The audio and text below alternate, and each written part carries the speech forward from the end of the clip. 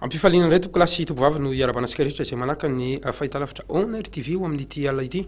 no manasantsika amitiavana ihany koa anaraka sy anjo hatramin'ny farany ny on Tsipriam-baovaontsika ireto ary ny lohatenim-baovao. Miisa dimy ireo kandidaty tsy nanosony ny dina ara-pitondran-tena ho an'ireo mpilatsaka ho fidiana ho filohan'ny Repoblika Madagasikara androany. Rototo-saina tetsy amin'ny ministeran'ny raharaha-mbahiny moa ny fanaovana sonia n'ity dina ity. Ny tranganana savorivory androany tetsy amin'ny fokotanin'ny Tsarasotra Soavo Masoandro. Raha ny fantatra dia ponina manodidina ny 50 tafo eo nokasaina ho esorina amin'ny taniny. Nanambara tamin'ny fomba ofisialy ny fanohanan'ny kandida laharana 12 Hery Rajaonarimampianina androany ny fikambanana MMH izay ivondronan'ireo tanora vonina ny ampandaniny kandida Hery Rajaonarimampianina.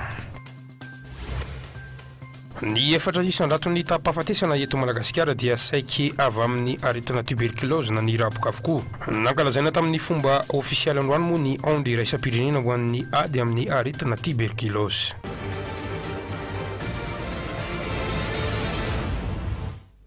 Izay ny lohatenim-baovao iroso amin'ny on Tsipriam-baovao kosa isika ho amin'ity alina ity tiana moa ny manamarika fa mivantana zany amin'ny page Facebook sy ny page YouTube izao fampahalalam-baovao antsika izao. Eo amin'ny page politika kandida 5 no nanosony ilay dina no tsy nanosony ilay dina mamatotra ny fomba mendrika sy mahitsy mifehy kandida androany tetsy amin'ny ministeran'ny raharaha-mbahiny. Inona ihany no nanosony ary ireo madateran'ny kandida nanome kosa ireo kandida hafa fa anao izany manapatonga ny fahafito ny volana oktobra fotoana zany zay anombohan'ny fampielezan-kevitra. Natao izao dina izao moa ialana amin'ny korotana sy mba hisin'ny fitoniana eo anivon'ny firenena mialoha mandritra ary aoriana ny fifidianana. Dia ora antsika ny fanadidina hoentiny tantely rabe lalana sy tiavana rakotandrina makasika azy ity. Ity dina mamatotra ny fomba mendrika sy mahitsy mifehy ireo kandida ity dia natao fankatoavana ny soatoavana malagasy entina ampangarahara eo amin'ny resabola ny tsy tokony ampiasaina ny herisetra rabatana sy ara-pitenenana ary ny fanazana ny lalàna amin'ny lafiny rehetra mainga amin'ny lalam-panondrenana ny fanekena ny valim-pifidianana. Fepetra 30 no anatiny ity dina-pihavanana ity izay mifehy mialoha mandritra ary aoriany ny fifidianana. Anisan'ny voalaza amin'izany ny fampiadiana hevitra fa tsy ny vola, ny mangarahara amin'ny famatsiam-bola amin'ny fampielezan-kevitra. Tsy tokony ho ataon'ny kandida ny fanakaramana ireo gros bras mandritra ny fifidianana dia tsy azo atao ny manao kolokolo mba hanovana ny valim-pifidianana ary ny tsy fanampiasana ny fitaovam-panjakana. Mila manaja ny voka-pifidianana noho izany. Miisa 5 ireo kandida tsy nanosony ity dina-pihavanana ity. Anisan'izany ny kandida José Andrianoelson, Ramarson Arlette,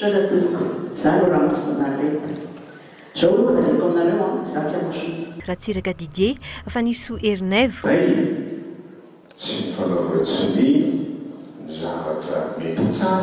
Pasteur Mayol,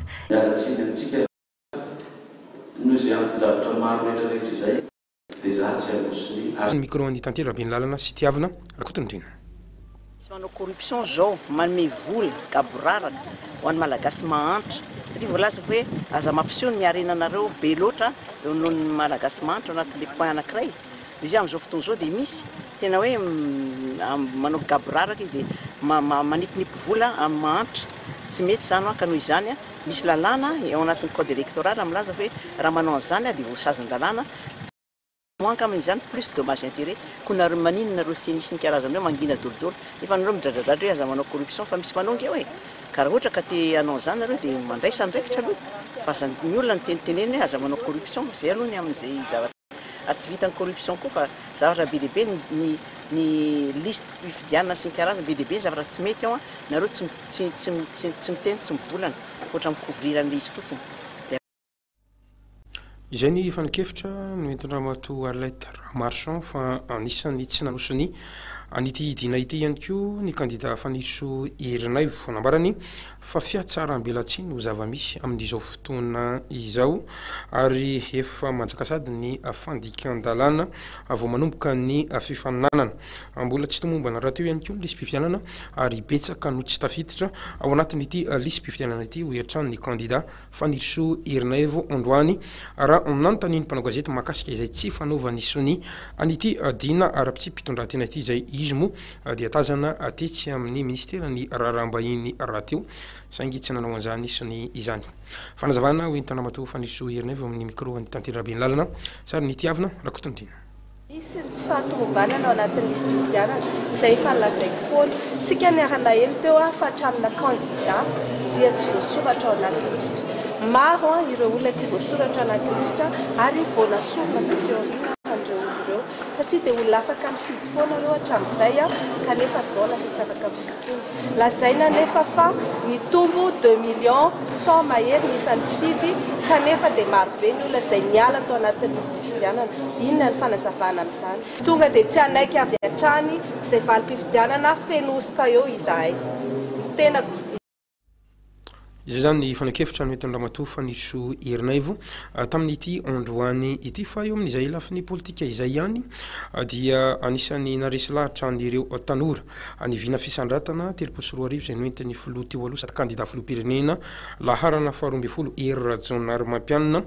ka manoloana izany dia maro amin'izy ireo no manohana izany vina izany mba hotoizana sy ho tanterahana hatramin'ny farany mba isin'ny tena fampandrosoana marina eto Madagasikara tamin'ity androany ity dia nijoro izany fikambanana MMH izany izay fikambanana ivondronandreo tanora malagasy marobe moa izay vonina amin'Andriamatoa Rajaonarimampianina amin'ny fifidianana filohan'ny Repoblika ho totsaintsika ny fahafito ny volana novambra ho avy zao vonina ihany koa ampandany an'ity kandida laharana 12 ity Anjaminana Menjanahary eo amin'ny sariny Mamirina Razafitsoara nandraikitra lehibe amin'ny fampandrosoana ny firenena ireo tanora ka mila toanana sy ampiana mba ahafahany manantanteraka ny vinany sy ny tanjony tsirairay ary mivelatra ihany koa eo amin'ny fiarahamonina sarotra ho an'ny tanora sasany anefa nanao izany raha toa ka tsy mifijeren'ny fitondram-panjakana manokana azy ireo maro mantsy ny olana goavana izay sedran'ny tanora ankehitriny raha tsy resaka fotsiny ny fahasarotan'ny fitadiavana azy ho an'ireo izay mahavita fianarana koa ny fahitan'ny fikambanana tanora MMH dia nivina fisandratana 3 an'Andriamatoa Rajaonarimampianina no tena mijery azy ireo sy manome tombony ahafahan'izy ireo mivelatra ka vina tahaka izany no mila toanana eto amin'ny firenena raha nambarany ireto tanora mivondrona ao anatin'ny MMH ireto arak'izany nanome toky izy ireo fa anohana sy hanao izay fomba rehetra ahafahan'ny vina 3 mitohy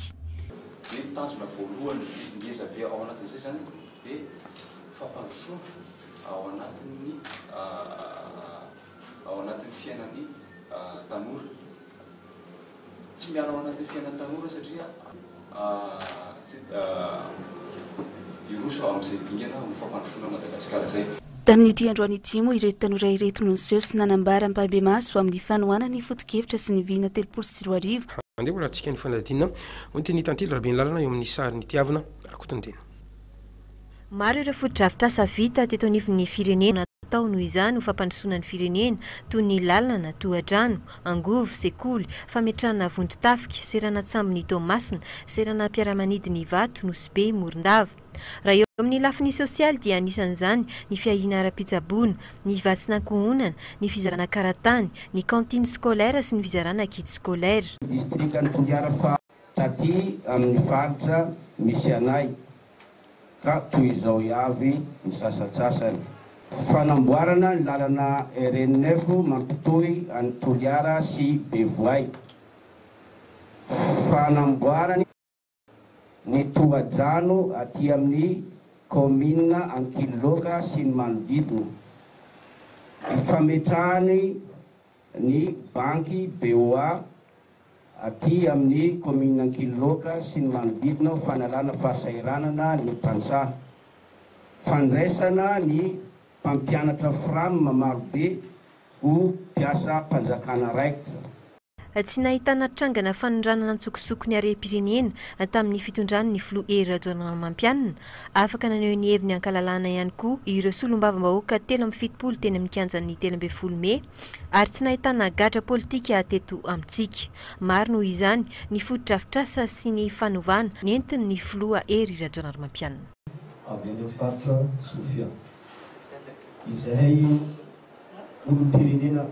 avy any faritra Sofia dia manao fanambarana fa hisafidy halohana ny candidat numéro 2 filoha Rajoelina Mampianina.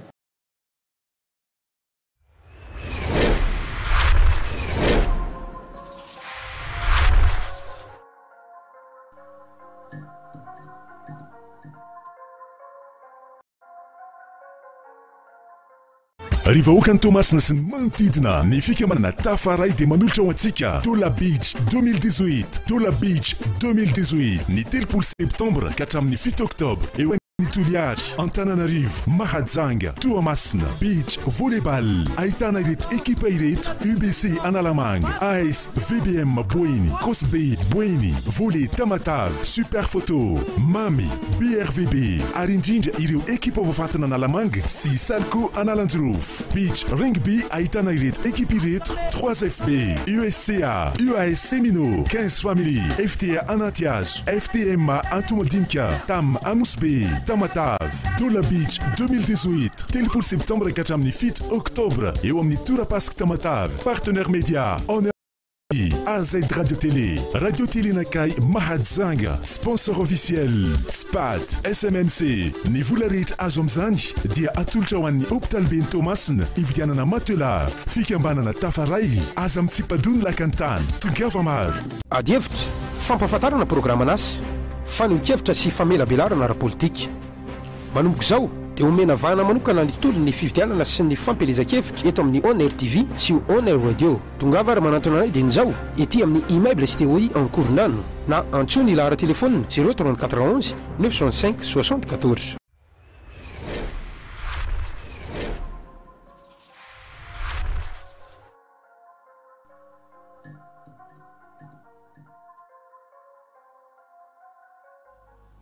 toizatsika ny famparambavao amin'ity alina ity isataratsika izany moa ny mahakasika ny festival Tamagamba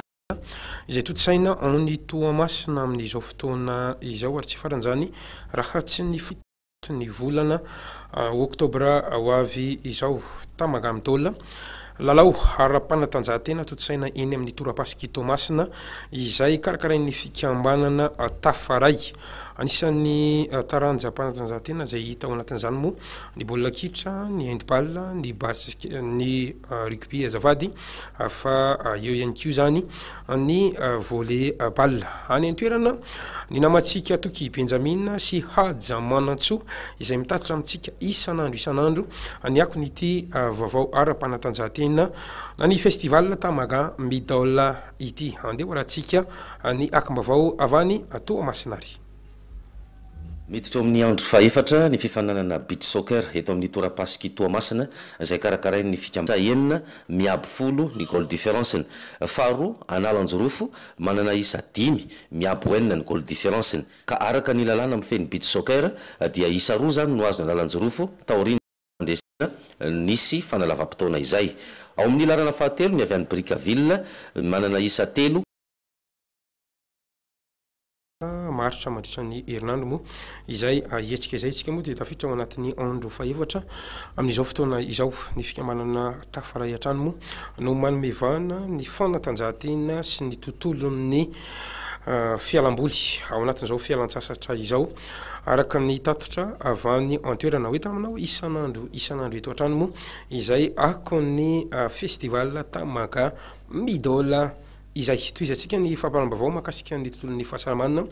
dia ny efatra isanjato ny fahafatesana eto Madagasikara dia saika avy amin'ny aretina tuberculose avokoa na ilay araboka moa ny fetsotsika azy eto Madagasikara manona izany dia misy ny andro iraisam-pirenena izay natokana hiadina amin'ity aretina ity ka androany no nankalazana ny izany ao amintsika teto Antananarivo renivohitra raha toka amin'ny 17 ny volana marsa no nanaovana izany tamin'ny farany sarotra ny fitsaboana ary mahatratra hatrany amin'ny 9 volana mitetina hatrany amin'ny $3,000 kosa amin'ny fitsaboana ity aretina ity. Noho izany dia maray andraikitra avy hatrany ny eo anivon'ny ministeran'ny fahasalamam-bahoaka izay miara-miasa amin'ny mpiara-mombonantoka ka ahafahany malagasy mitsabo mamepona an'izany aretina raboka na ny tuberculose izany. Andeha hoarantsika ny fahatina hoentiny Clara Raholo Manantsoa eo amin'ny sariny afitrarany. Anisany tena mampirongatra ny aretina tuberculose na raboka ny fifohana sigara, ny fisotroana toaka, fa ankoatr'izay ny fipetrahana amin'ny toerana mihiboka. Mety hotratrany ihany koa araka izany ireo olona mitondra ny tsimokaretina VIH/SIDA satria mihena ny hery fiarovana izay ananana izy ireo. Ary ireo olona marefo tsy ampy fiarovana moa no tena tratran'izy ity.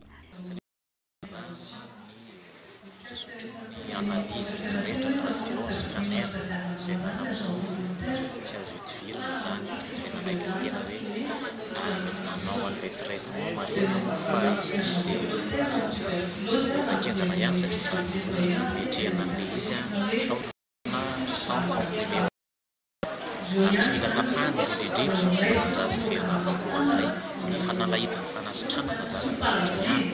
ny fanarahana sy fampiarana tsaka sy andava ny torohevitra mitsabo loka. Ary misy maro be koa raha ny valako hoe ny condition zany hoe ny fifohana sigara, fisotroana toaka, ny resaka fonenana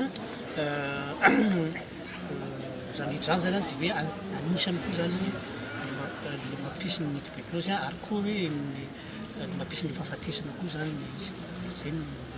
Maimaimpona ny fitiliana sy ny fitsaboana ny aretina tuberculose ka raha misy ny mampiayay dia tokony hanantona mpitsabo avy hatrany mba hanamorana ny fitsaboana. Ny fanjakana no miantoka ny fitsaboana manontolo izay arahany ny fanampiana avy amin'ny Fonds mondial tamin'ity taona ity izay mitentina $7.2 izay ampiasana hatramin'ny taona 2024. Eo ihany koa ny fanampiany ONN eo amin'ny lafiny ara-tsakafo izay tena manampy ny hery fiarovana. Mifindra amin'ny alalan'ny kohaka ny hevina ny tuberculose amin'ny ankapobeny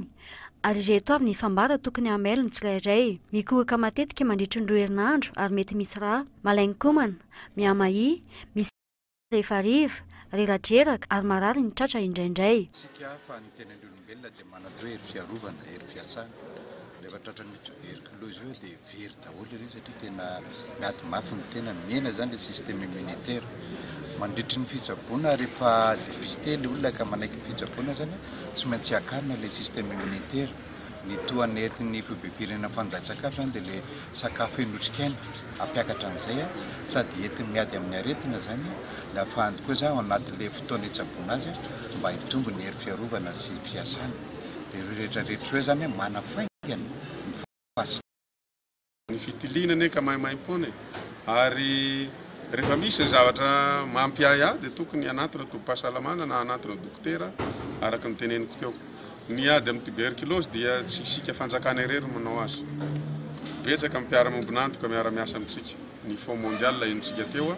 nahazo famatsim-bola vaovao tsika $7 ho an'ny ady manomboka amin'ity taona ity ka hatramin'ny taona 2024. Hividianana fanafody, hividianana fitaovana. Ny resaka hoe ny fahafatesana amin'ny tuberculose zany hita hoe mbola mandeha ambony any le izy. Resaka fotsiny hoe ny 48 sur 100 000 habitants izany raha hoe atao kasika tsotsotra. Endrika fanatontolona iray eo amin'ny fahasalamana ny faharinganana aretina raboka eto amintsika ary antoka ho an'ny fampandrosoana ny firenena. Aretina mifindra sady mahafaty ny tuberculose saingy voatsabo isika ny loha laharana amin'ny ady amin'ny tuberculose. Izany makasika an'iny fa eo amin'ny tontolony tsy fandriam-pahalemana kosa indray dia andian-jatovo misy efatra no mbola tsy ampy-taona avokoa moa ireto tratra ny polisim-pirenena avy amin'ny boriboritany fahatelo ireto saika malaza amin'ny asa ratsy izay fanendahana amin'ny faritry Beoritrika, Andravoahangy sy ny manodidina iny moa ireto andian-jatovo efatra kandida izay tratratra ny polisim-pirenena ireto voasambotra ny polisim-pirenena izy ireo amin'izao fotoan'izao ary anaovana fanadihadiana ary ho atolotra ny fampanohavana ihany koa. Tsy anita sy olalaina eo amin'ny sariny Aina Rawel.